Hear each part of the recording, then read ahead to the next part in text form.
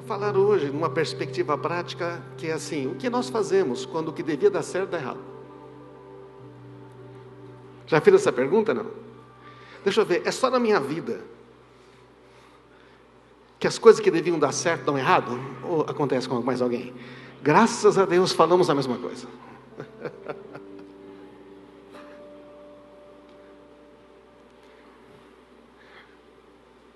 Existem algumas religiões malucas que dizem que se você é um filho de Deus e você obedece tudo direitinho, as coisas não deveriam dar errado para você. Não é verdade, meu Deus? Isso não existe, gente, isso é mentira. Porque é como se tudo dependesse de nós, né? Então, irmãos, nós falamos na primeira mensagem, não vou repetir, vou lembrar, que Deus tem um poder criativo. A sua palavra, Ele manda sempre primeiro no nosso coração, para ela gerar fé, certo? É uma semente. Ela é como se fosse era como se fecundasse o nosso coração. E aí então gera uma fé. Só que toda vez que Deus manda uma palavra, às vezes sabe o que acontece? Começa a acontecer tudo o contrário do que Deus falou, não é? Há uma contradição. Nós falamos isso na primeira mensagem. E quando acontece o contrário do que Deus diz, a nossa fé é posta à prova. Nossa identidade é questionada. Quer dizer, então que você é filho de Deus? Explica esse negócio aí. Não é? Você começa a querer duvidar do amor do Pai. Então, não é? Mas Deus habita nessa dimensão celestial. E nós temos acesso ao Pai por meio de Jesus. Você entende que Deus, em vez de escolher livrar a gente de todos os problemas, Ele permite que a gente viva neste mundo como todas as pessoas. Mas diz assim: você é diferente, como você pode ter acesso a mim? Quando tiver um problema, me busca, eu vou te dizer. Sabe o que vai acontecer quando você tem um problema e você busca Deus? Vai acontecer algo que as pessoas vão dizer: mãe, Deus está com você. Como é que isso aconteceu com você? Deus está com você. Você fala: tá mesmo. Você gostaria de estar com Ele também? Porque eu pertenço a Ele, Ele é meu Abba. Você percebe o que acontece? Dessa maneira pessoas podem conhecer a Deus. Então, irmãos, Deus preparou isso. Nós recebemos então as palavras por meio do Espírito Santo no nosso novo espírito.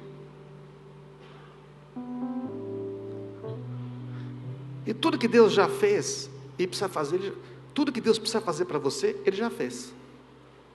Por quê? Porque Deus não habita na dimensão do tempo. Ele é eterno. Na dimensão física, então, eu tenho um problema impossível.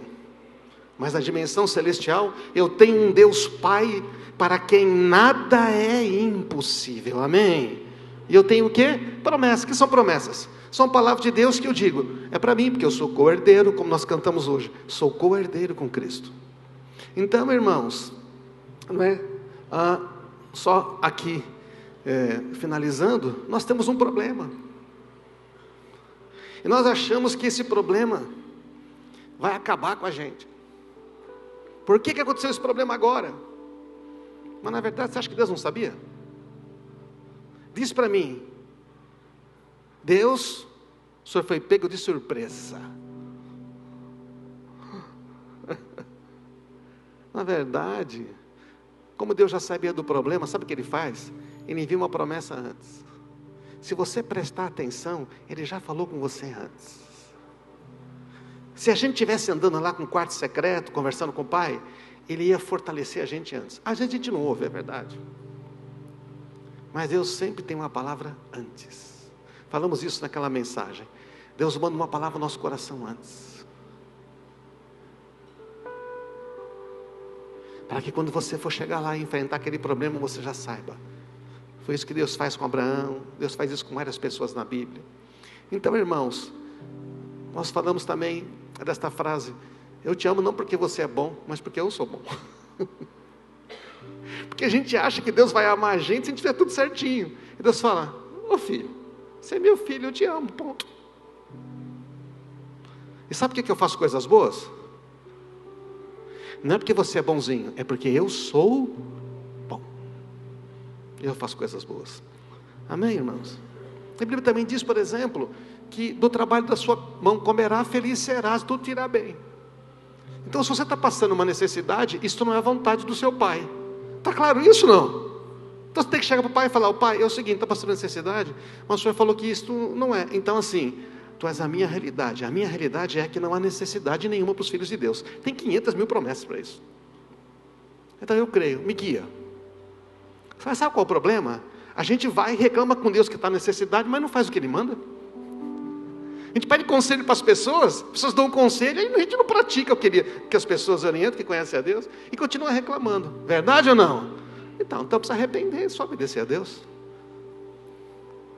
Então quando você vai orar, achando que Deus não quer suprir para você, você está crendo numa mentira. Você tem que orar dizendo: Pai, tudo que eu preciso já foi providenciado, me diz onde eu encontro, porque eu devo estar no caminho errado.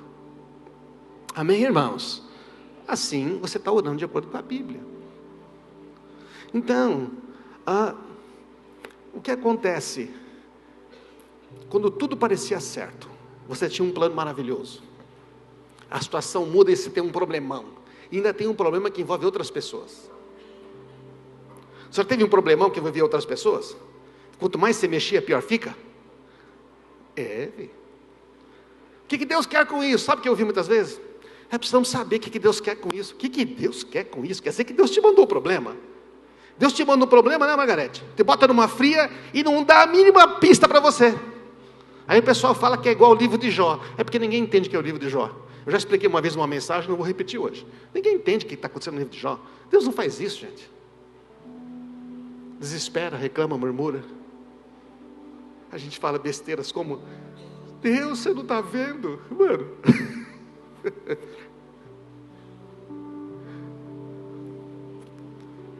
O que a gente pode fazer mais? Quer desistir?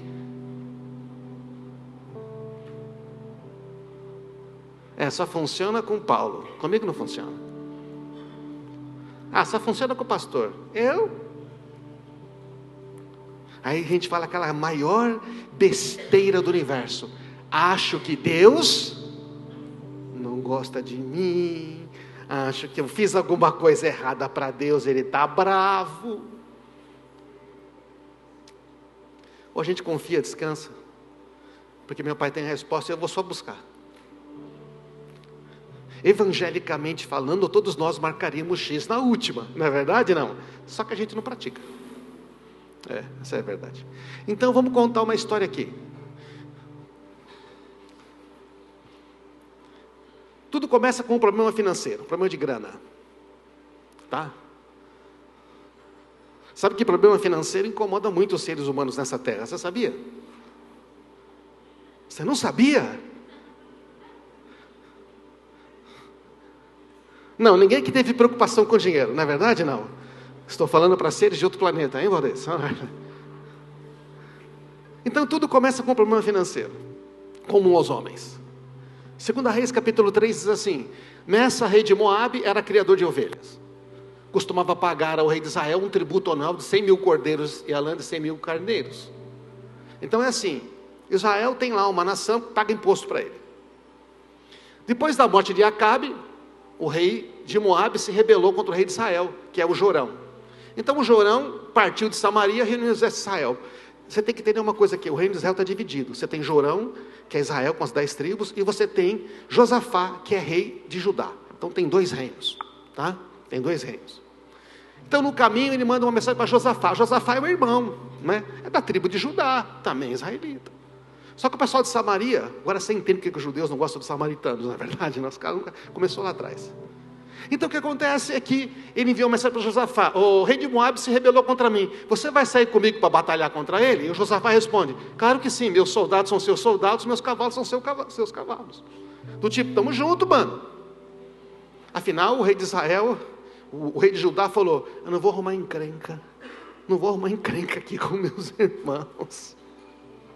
E também, esses moabitas tinham atacado o reino de Judá. E o Josafá falou: vamos aproveitar para liquidar esses caras, porque eles querem viver nos atacando. Então estava tudo, não é verdade? Não? Maravilhoso, o negócio está maravilhoso, vamos em frente, vamos tocar bala. Então, esse plano, não é? Esse plano tem tudo para dar certo, né? Tem um problema financeiro e parece que tem uma solução, não é verdade? Então você tem uma solução aqui, né? E você tem aqui 3 personagens. Você tem o rei de Judá, que é Josafá. Você tem o rei de Israel, que é Jorão. E o rei de Israel, que é o Jorão, vai chamar um aliado, que é o rei de Edom, que não tem nome no texto. Então eles chamam esses 3 reis. Então olha que legal, pô, vai dar certo, são 3 reis contra 1. Nós temos mais exércitos. Então parece um plano muito bom, não é verdade? Eu quero falar agora no começo uma coisa que era para falar no final, vou falar no começo. Esses 3 reis representam 3 tipos de pessoas. Nós temos que ler o Antigo Testamento com as lentes da Nova Aliança. Então olha que interessante. Judá, o rei de Judá, que é Josafá, ele representa os filhos. Porque o Josafá, se você ler a história, não tenho tempo para hoje falar de tudo, o Josafá, quando tinha um problema, sabe o que ele fazia? Primeira coisa, ele buscava a Deus. Primeira coisa, ele orava a Deus. E Josafá não fazia nada sem orientação de Deus. Então Josafá representa para nós os filhos. Os filhos que amam, confiam em Deus, que buscam a direção e obedecem. Está claro isso, não? É aquele pessoa que fala, Senhor, e Josafá sempre busca a Deus. Né? Josafá pisa na bola também, porque na antiga aliança tinha limitações. Israel, o rei de Israel, que é o Jorão, ele, vamos dizer que são os religiosos. São aqueles que, assim, querem as bênçãos de Deus, mas vivem confiando em si mesmo e faz do jeito que acha melhor. Não confia de verdade no amor de Deus. Só busca a direção de Deus quando tem um problema. Aí eles vão buscar, uma escolha difícil. Então são os religiosos, aqueles que acham que tem que fazer alguma coisa para agradar a Deus, Deus está distante. Ele, assim, é tipo um órfão, né? É um cara que está sempre achando que ele tem que fazer tudo, e ele tem medo. E o rei de Edom são os perdidos. O rei de Edom não conhece Deus, sabe que Deus faz umas coisas poderosas, porque ele fica de olho no rei de Israel, Josafá, mas assim, ele até crê que Deus existe, mas também vive a vida como ele quer. Beleza? É comum esses 3 tipos de pessoas hoje em dia, ou não é, gente? É. Então pensa nesses 3 reis como esses 3 tipos de pessoas.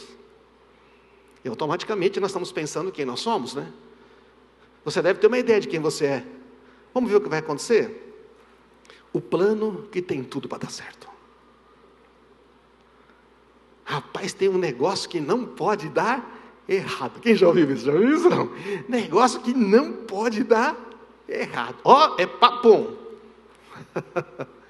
Então, segundo as Reis 3:8, que caminhos vamos tomar? Perguntou o rei de Israel, o rei de Judá. Vamos atacar pelo deserto de Edom.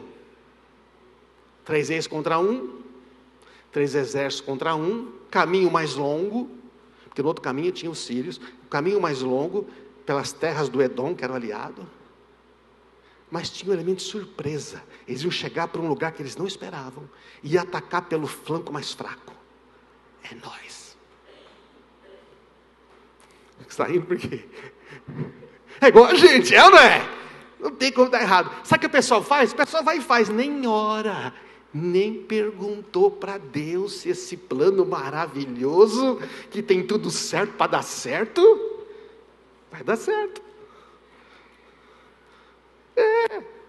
Então, só para lembrar um texto, tá? Isaías 31. Que aflição espera meus filhos rebeldes. Deus está dando uma reclamada por meio de Isaías no seguinte sentido: eu quero ajudar meus filhos, mas os cabras são teimosos. Que aflição espera os filhos rebeldes. Diz o Senhor: vocês fazem planos contrários aos meus acordos, contrários aos meus. Vocês fazem acordos não dirigidos por mim. Sociedades, negócios. E com isso só montou um pecado sobre pecado. Misericórdia mesmo. Mas já fiz isto. Porque tinha tudo para dar certo, você entende? É verdade, não é? Maravilhoso. E tem tanto crente que tem tudo para dar certo. Recentemente aí surgiu uns meses atrás a onda das criptomoedas, lembra? E crente na criptomoeda levando os outros, porque, entendeu? Surge uma promessa de dinheiro assim mágico, que não existe em lugar no mundo, 10% ao mês, que não existe. né? As pessoas começam a vender bens, vender carro, vender casa. Não existe isso, mas a pessoa... Aí sabe o que esse crente pensa assim? É Deus me abençoando, mano. É Deus me dando 10% ao mês. Acorda, ei! Já aconteceu várias vezes, né? É criptomoeda, era o quê? Telex Free. Lembra do Telex Free, Baldez? Quando está fria, pirâmide. Como é que é o negócio? O mercado dá 10% ao ano quando está bom, e os caras estão querendo dar 5% ao mês? 10%? Espera um pouquinho, mano. Mas é um plano que não tem nada, não vai dar certo. Aí o cara te mostra, estou ganhando dinheiro, olha aqui, está na minha conta. Ó. Só pode ser Deus, não é verdade? Não é? Então o pior acontece. Fala a verdade. A história se repete ou não se repete, irmãos? Se repete. Olha aqui, ó. Eu estou numa história de nem sei quantos milhares de anos atrás. O rei de Edom e seus soldados se uniram ao rei de Israel, os 3, e o rei de Judá, 3 reis. E os 3 exércitos seguiram pelo caminho. Depois que andaram 7 dias pelo deserto, já não havia água para os homens, nem para os animais. Você entende que esses caras eles levam animais, vaca, gado, cavalo, porque assim, é o que era na época. Depois de 7 dias, os caras ficam sem água. Aí você pode pensar, eles eram burros, não sabiam que estavam no deserto? Como é que eles não pensaram nisso? Se você for estudar e ler os comentários bíblicos, eles dizem o seguinte, que o caminho que eles iam passar, tinha um rio no vale, antes de cruzar o deserto. O que eles fizeram? Aquele rio nunca seca. Diz que aquele rio nunca secava. Achei muito legal, fui lá buscar as pesquisas. Só que estava seco. E quando os caras chegaram lá, não tinha água para recarregar lá. E agora estão no deserto. Só que eles passaram uma montanha para chegar lá. E agora você está no meio do deserto, sem água, você tem a montanha para trás. E só que eles estão pertinho do inimigo. O inimigo está logo ali, alguns quilômetros.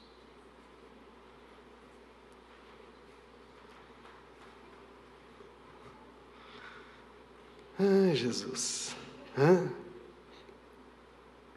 A estratégia certa. E acaba a água. O que adianta um numeroso exército que não para em pé? Chega um exércitozinho lá e ó. Ou, vamos falar a verdade, os moabitas nem iam se dar o trabalho de sair da fortaleza, você entendeu, Rúlio? E os caras vão morrer lá, vamos lá. Não, deixa eles morrer lá, mano. Se vier uns gatos pingados aqui, a gente acaba com eles na hora.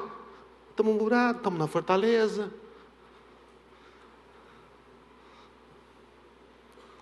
Já aconteceu com você uma situação dessa? O pior acontece no meio? E aí o que acontece? O que vamos fazer? Exclamou o rei de Israel, número 2, o religioso. Será que o Senhor trouxe os 3 reis até aqui só para permitir que o rei de Moabe nos derrote? Você está dando risada, né? Você entendeu o que ele está dizendo? Não. O que ele está falando? Que foi Deus que botou a gente nessa fria. Mas nós não falamos isso, falamos não?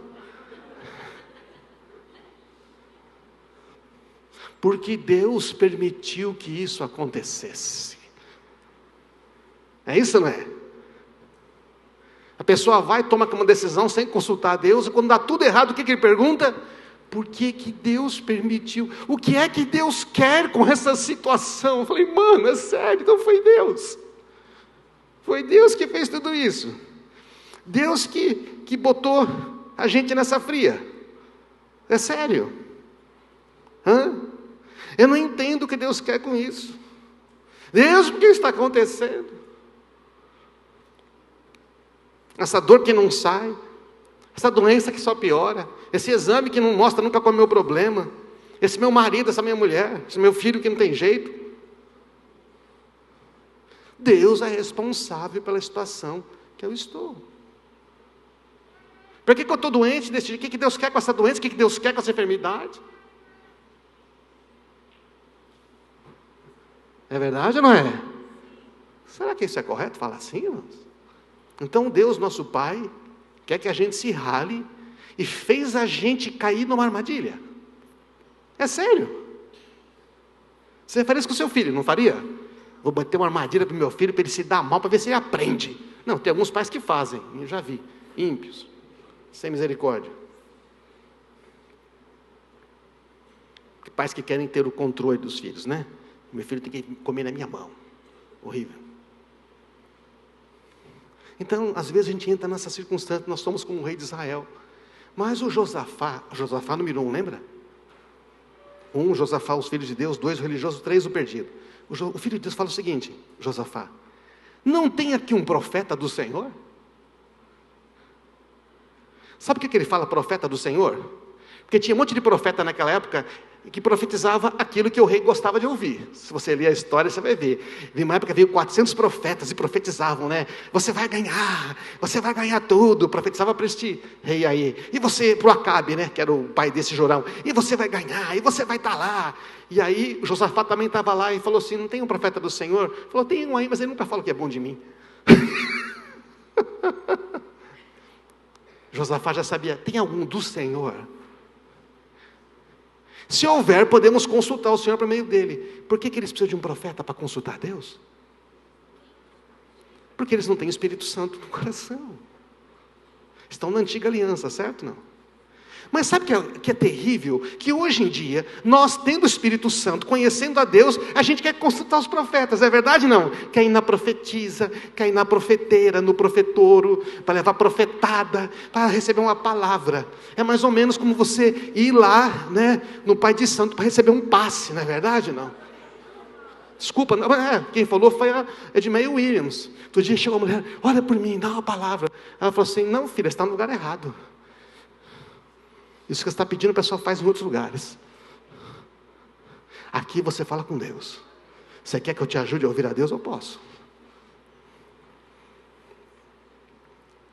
Então, um dos oficiais do rei, ainda bem que tinha um oficial bom, né? Estava lá perto. Que esse rei, mano. Mas o oficial está lá, fazer o quê? Não posso fazer, não tem que ficar com esse rei. Ele falou: tem um cara aí sim, tem o Eliseu, filho de Safate, está aqui. Ele é ajudante de Elias. Como assim o Eliseu está aqui perto? O que o Eliseu está fazendo perto desses caras?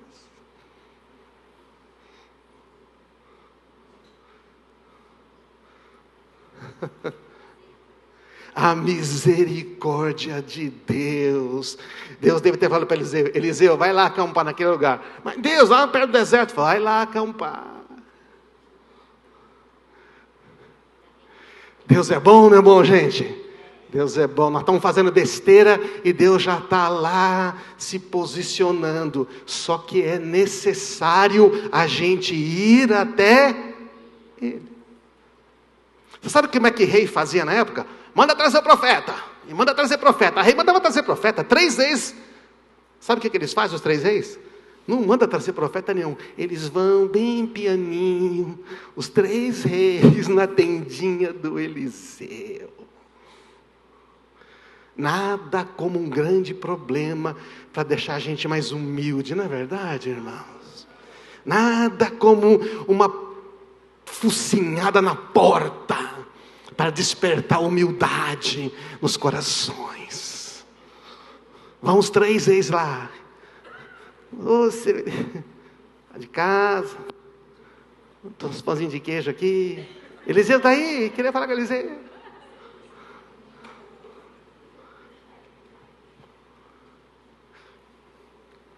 Sim, o Senhor fala por meio dele de Josafá. Josafá já sabia quem era Eliseu. Porque homens de Deus conhecem homens de Deus. Está entendendo? Sim, o Eliseu, eu sei que ele ouve a Deus. Porque Josafá é um homem que busca a Deus, então ele sabe quem ouve a Deus.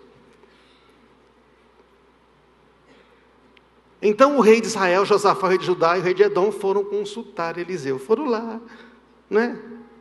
Foram ali. Foram buscar ele. O que faremos agora que deu tudo errado? Será que Deus vai nos ouvir? Já pensou isso, não? Quando dá tudo errado e cai a ficha que você devia assim, eu devia ter perguntado antes. Eu devia ter pedido conselho antes. Mas eles se aconselharam entre si e o negócio parecia maravilhoso. E como nós vamos ganhar dinheiro? O dinheiro é um forte motivador humano. Não sei se você sabe disso, na verdade. Como nós vamos ganhar din-din? Certamente Deus está nesse negócio. Vamos para as cripto. Vamos para a pirâmide. Estou dando um exemplo de dinheiro. Eu estava orando tanto para casar. Apareceu esse príncipe encantado. Nossa, ele é perfeito. Porque se eu pedir, apareceu, deve ser de Deus. É verdade, não é? Tem que ser de Deus. E ainda mais é bonito. E tem até um graninha. Então tem que, agora confirmou. É bonito, tem dinheiro. E gosta de mim, o que eu estou esperando? Nós estamos rindo da nossa miséria, não é verdade, irmãos? Porque a gente acha que Deus pensa como nós. E Deus está esperando para nos guiar para o melhor. Eu é que sei os planos que tenho para vocês. Então vocês buscam, porque os meus planos não podem ser frustrados. Na hora que você pega um plano de Deus, pode chover canivete aberto, cair bomba, você vai fazer o quê? Então, só que esse plano de Deus, então eu vou continuar em frente, porque é impossível que os planos de Deus possam dar errado. Amém, irmãos? Quando tem a palavra de Deus, você pode ir. Então, eles vão, será que Deus vai nos ouvir? Olha a resposta do Eliseu. Bom, o rei, 1, 2, 3, nós já sabemos quem são. Os filhos, os religiosos, os perdidos. Mas quem é Eliseu? Aos olhos da nova aliança, quem será que é ele? Eliseu é o pastor que você procura? É um conselheiro? É a profetisa? O Eliseu quem é? Então olha o que Eliseu responde. Responde ao rei de Israel. Porque veja, quem está encabeçando esse negócio tudo é o rei de Israel. O religioso. Porque o religioso eles batalham, eles querem ganhar, eles querem vencer. O religioso não espera por Deus. Ele quer fazer as coisas e Deus tem que abençoar o que ele está fazendo. O filho olha para o pai e fala, pai, o que o senhor está fazendo? Eu quero ir no teu caminho. Então o rei de Israel ouve essa resposta do Eliseu. Por que você veio me procurar? Perguntou Eliseu ao rei de Israel. Vá consultar os profetas idólatras do seu pai e da sua mãe. Na lata. Agora você vem aqui, filho? Vai lá prestar culto para Baal. Vai lá sacrificar filho para aquele Deus maligno. Que para Baal sacrificava filho. Vai lá perguntar para aqueles profetas lá, que fica babando na sua corte para receber um din-dinzinho, para falar o que você gosta. E não é que não mudou, gente? Tem uns caras aí, uns profetas coach, vão lá, os caras pagam uma fortuna para ouvir aquelas palavras que gosta. Porque quer ficar rico. Só que o cara fica rico, mas você não. É verdade ou não é, gente? Para de ser besta, você tem o Espírito Santo, mano. Fala com o Espírito Santo. O rei de Israel, porém, disse, vim procurá-lo porque foi o Senhor que chamou esses 3 reis para entregá-lo nas mãos do rei Moabe. Ele falou assim, foi o Senhor. Falei, então você acha que foi Deus? Mas Eliseu sabe que foi Deus que botou ele ali, certo ou não? Eliseu não está entendendo ainda, mas vai entender. Então Eliseu respondeu, tão certo como vive o Senhor dos exércitos. Quando um cara fala um negócio, ele está dizendo, rapaz, eu vou falar sério com você. Eu não lhe daria atenção alguma, se não fosse, olha que coisa maravilhosa, se não fosse por esse número 1 aqui, filho, se não fosse por Josafá, rei de Judá. Oh, que legal, gente. Já está entendendo?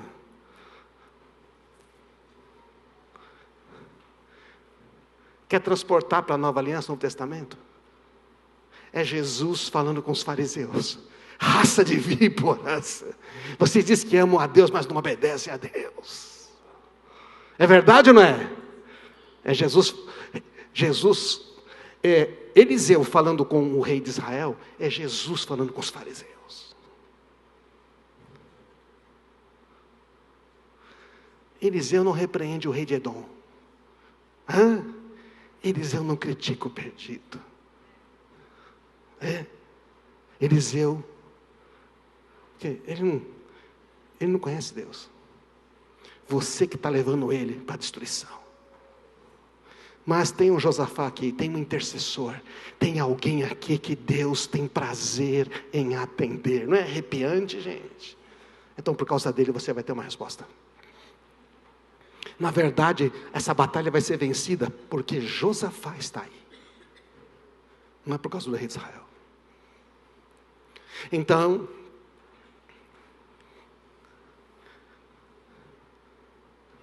Eliseu vai dar uma resposta.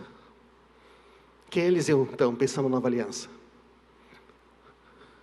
Em quem eu vou buscar resposta para os meus problemas?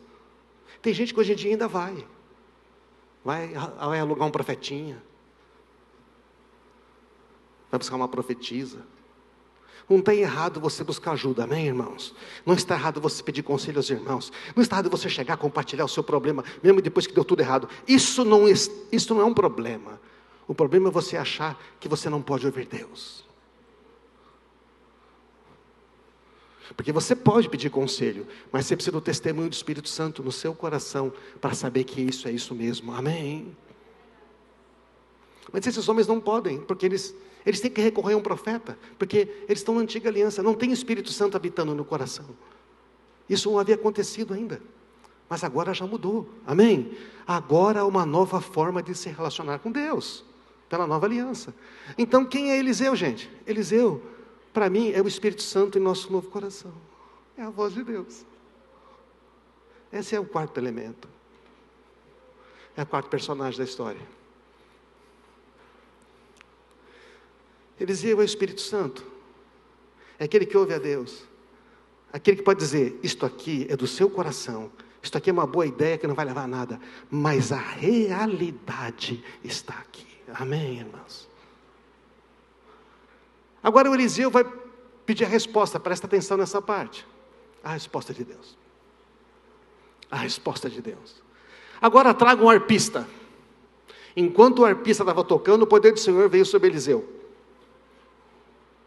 Espera um pouquinho só. Parece que Eliseu está fazendo a mesma coisa que faziam uns caras a ele e outros deuses. Por que Eliseu pede um arpista? Por que está escrito isso na Bíblia? Eliseu falou assim, eu preciso ficar só com Deus, eu preciso de um tempo aqui. Porque Eliseu também é um ser humano, ele ficou afetado. Imagina que os caras vão sair. Mano, tem 3 exércitos aqui, arruma um arpista agora, dos bons. Aí, você entende? Vai, isso o líder deve ter por conta dele. Chega o arpista. Pois não, senhor Eliseu, o que o senhor quer? Toca o salmo tal, faz um playlist aí, legal. Não sei quanto tempo passou. Eliseu está fazendo o que, irmãos? O que Eliseu está fazendo? Rituais? Mágica? Poção? Não, ele está quieto. Está todo mundo quieto. E a harpa, você sabe, é um instrumento suave. É no silêncio, na quietude, quando as outras vozes param, que ele ouve a Deus. O que é isso? Mas você, quando orar, vá para o teu quarto, fecha a tua porta e ora ao teu pai em secreto, e o teu pai que te vê em secreto te recompensará, te responderá. É isso que Eliseu está fazendo, você entende? Temos que ler o Antigo Testamento com as lentes da Nova Aliança. E Eliseu ouve. Quando você vai para o quarto secreto, quando você separa você e Deus, dá para ouvir Deus. Dá ou não dá? Dá. Porque Ele já está esperando. Assim diz o Senhor, cavem muitas cisternas neste vale. Você entende? É um vale que está seco, que ficou desértico. A vegetação quase morreu. Esse é o aspecto, não é? Não é necessariamente um deserto cheio de areia, como o do Saara, mas tinha areia, tinha áreas desérticas. Não tinha, não estava seco. Cavem muitas cisternas neste vale, pois assim diz o Senhor: vocês não verão vento, vocês não verão chuva, mas este vale ficará cheio de água, e vocês, seus rebanhos, seus outros animais beberão. Eles foram com um problema. Qual era o problema? Nós não temos água e vão morrer. Mas para o Senhor isso ainda é pouco. Eu gosto desse negócio do nosso Deus, não é verdade? Não? Aquele que pode fazer infinitamente mais. Deus já botou lá o Eliseu e diz: Eliseu, eu vou fazer mais. Esses caras foram aí sem minha permissão, foram bater cabeça. Só que eu sou bom. E o Josafá me conhece, então eu vou fazer muito mais do que eles imaginam. Isso vai ser pouco. Ele também vai entregar Moabe nas suas mãos. Vocês vão destruir as suas cidades fortificadas, as cidades importantes, derribaram um ar frutífero, taparam as fontes. Quer dizer, este inimigo nunca mais vai incomodar vocês. Deus vai resolver o problema definitivamente, porque quem vai fazer agora é o Eterno, o El Shaddai, o Todo-Poderoso, o Yahweh. Não são mais os 3 exércitos. Só que aí, imagina os reis voltando, chega para os comandantes dos exércitos, e fala: e Deus falou? Falou. Falei: nossa, você precisava ver o Eliseu, um negócio poderoso. E o que temos que fazer? Temos que cavar cova nesse vale. A palavra no original é cova. Cisterna. Cisterna e cova é muito parecido, não é verdade? Não, cisterna para colher água, mas também pode botar um morto lá dentro e enterrar. Nós vamos ter que abrir um monte de cova aqui nesse vale seco, aqui nesse deserto. Se você é um comandante do exército, e vem o rei e fala assim: nós vamos morrer de sede, os inimigos vão acabar com a gente, o que nós vamos fazer? Nós vamos abrir cova nesse lugar todo aqui, vamos encher de cova. O pessoal está cansado, nós vamos trabalhar mais. Deus mandou trabalhar mais. Deus mandou fazer cisterna no deserto. Que legal! Qual é o sinal que Deus vai mandar que vai chover? Não tem nuvem, não tem vento. Aliás, nessa época do ano, não chove. Lá no Oriente tem época do ano que não chove. Não chove, você está entendendo? Não é que nem o Brasil que pode chover, mas não chove. Deus não vai mandar nenhum sinal de que Ele está fazendo alguma coisa. Deus não vai dar evidência nenhuma de que vai acontecer antes. Ele só disse que vai encher de água. Mas se a gente não fizer as cisternas, a gente não vai poder usar água, né? Então tem que trabalhar mais, tem que trabalhar mais.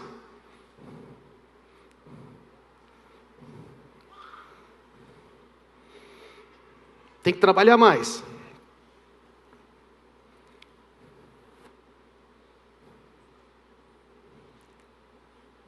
Tem que cavar cova no deserto.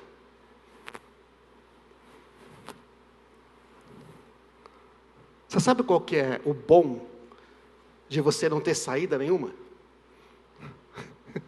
Você sabe qual que é o bom quando você não tem mais absolutamente nenhum recurso humano? É que você obedece a Deus mais fácil, é verdade? Já reparou? Então você imagina que Deus às vezes permite a gente bater a fuça 3 vezes na parede, e aí quando não tem mais nada Ele fala: legal, cava um buraco agora. Aí você fala: tá bom, não tenho mais nada o que fazer mesmo, é verdade ou não é? Chega uma hora, então eles obedecem a Deus. Você não vai ver sinal algum, evidência alguma que eu estou agindo.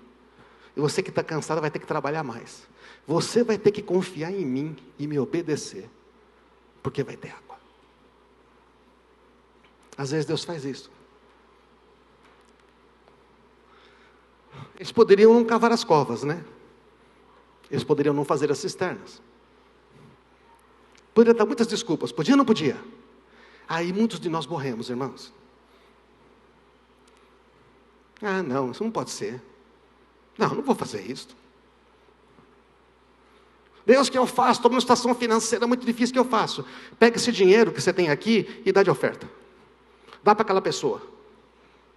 Ou dá na igreja.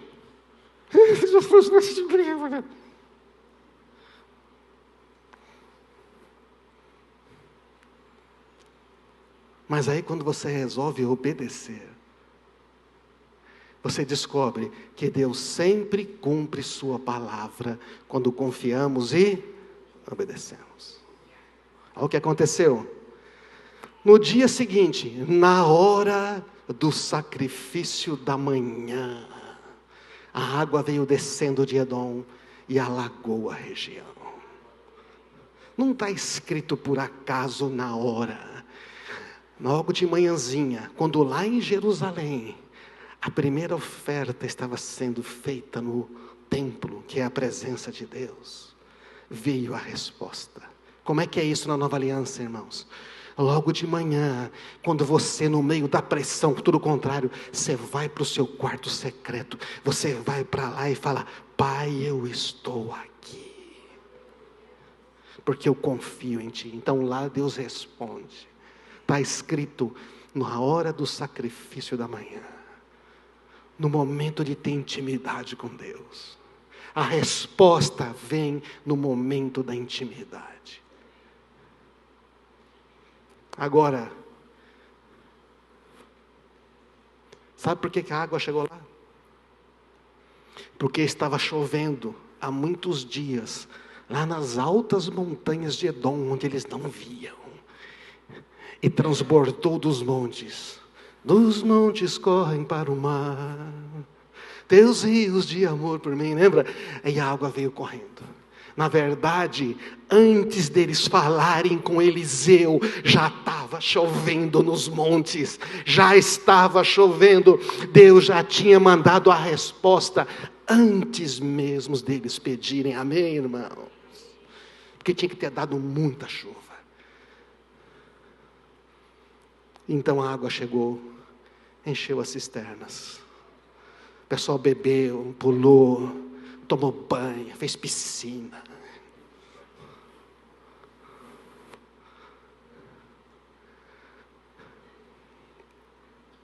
Deus é bom, não é bom? Ele já tinha mandado antes. Ele mandou chover lá, mandou Eliseu perto e ficou esperando. Porque Ele é bom. Então você acha que esse problema da sua vida não tem resposta? Deus já sabia, Ele já providenciou a resposta lá atrás. Talvez você esteja buscando no lugar errado, quando Ele vai buscar nele.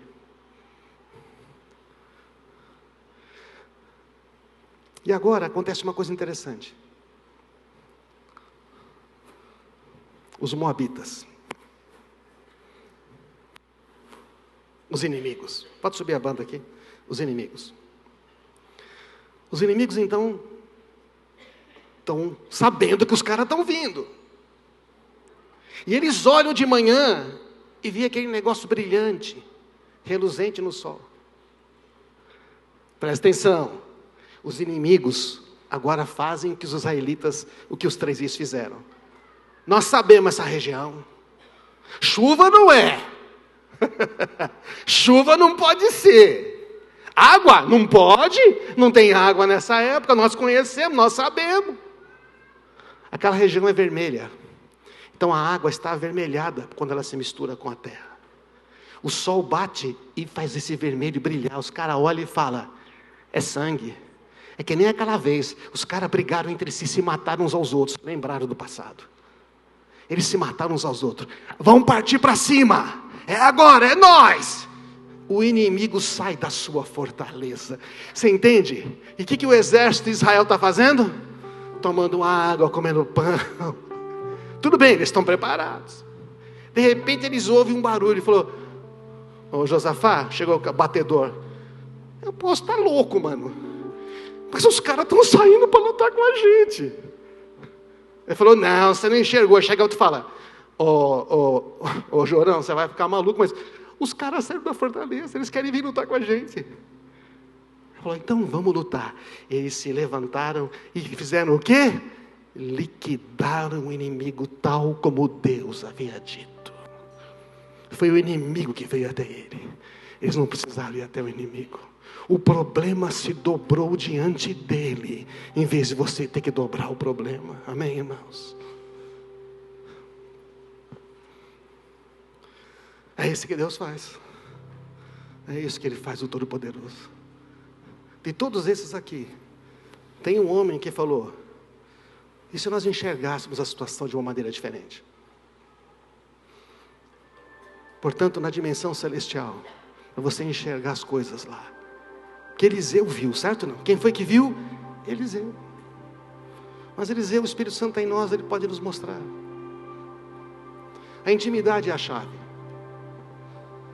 O lugar secreto é a chave. A resposta que precisamos nasce da intimidade com Deus Pai. Exatamente na hora da pressão que a gente precisa orar mais. É na hora da pressão que você tem que parar de fazer algumas coisas e focar nele. Na verdade, devíamos focar sempre nele. Se focássemos mais nele, teríamos talvez menos pressões. Ou ficaremos menos desesperados, né? O sobrenatural não está nas obras que fazemos, mas no relacionamento. O maior sobrenatural é ouvir a voz do Pai e obedecer.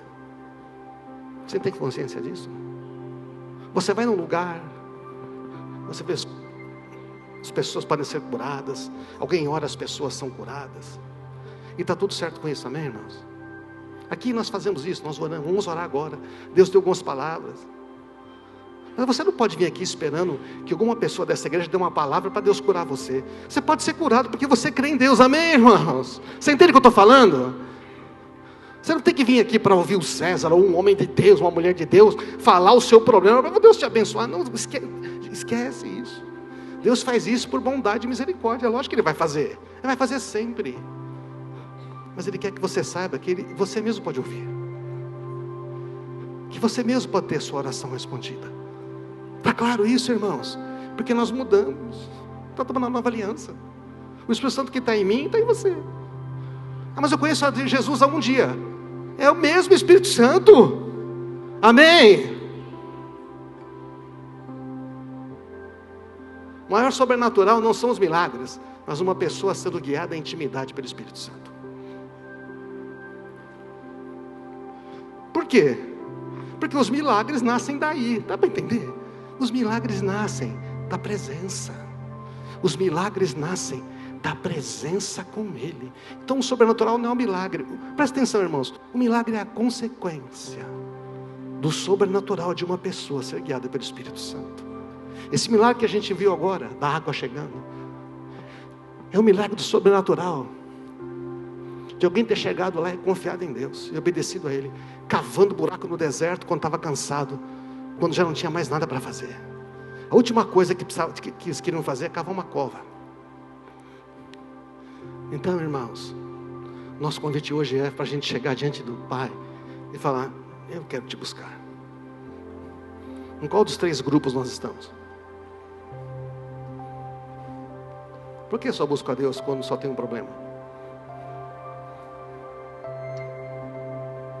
Se você busca sempre a Deus, quando chega um problema, sabe o que você faz? Ô Pai, eu estou louco para saber como é que o Senhor vai fazer agora. Eu estou só curioso para saber que milagre vai acontecer. Amém? Será que eu busco alguém para ouvir a Deus por mim? Ou fico ouvindo mensagem na internet para ver se acha uma que cabe, né? Ou será que eu vou para o meu quarto? Digo: eu sou teu filho, tu és o meu pai, tu já sabias de tudo.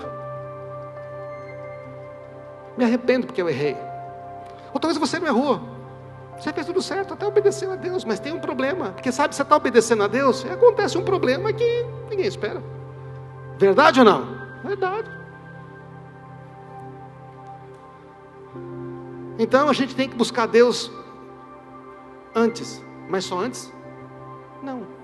Tem que buscar Deus Durante também, quando acontecem as coisas.